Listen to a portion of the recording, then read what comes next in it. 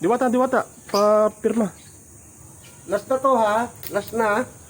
Kasi ano, sa dami-dami nyo, pila-pila kayo na nagpapa-autograph dyan. Kasi ako, sa totoo lang, sa sobrang dami-dami ko nang inaasikaso, sobrang busy ko na, may tipping pa ako. Bigyan nyo naman ako ng time para sa sarili ko. May time tayo para dyan sa mga vlogger at saka sa mga content creator. Yung mga gustong magpa-picture sa akin, may time tayo para dyan. Kasi yung mga niluluto ko nasusunog na eh. Sa kakaano ko sa inyo. Tapos magtatampo naman kayo. Yung ba nakikita? Pati nga ano, yung mga Paris overload ko, napapabayaan ko na. Kaya may time tayo dyan.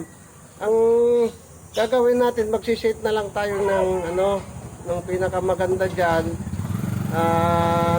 Magsasabi na lang ako sa inyo. Ako mag-i-invite dito sa aking parisan. Tama naman, dami-daming ano, wala pa akong tulog. May tipping pa kami ni paring Coco Melon. Kaya pasensya na talaga kayo.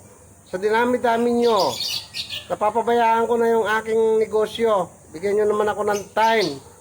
Last na to ha, mga pa-autograph nyo. Tignan nyo naman. Wala pa akong tulog. Pati yung Paris ko nandito na, nakarating na dito. Pipirmahan ko to, isa lang ha. Oh, sige, magpapatawag na lang ako na reunion sa mga vlogger at saka sa mga content creator. Oh, bahala kayo sa buhay nyo.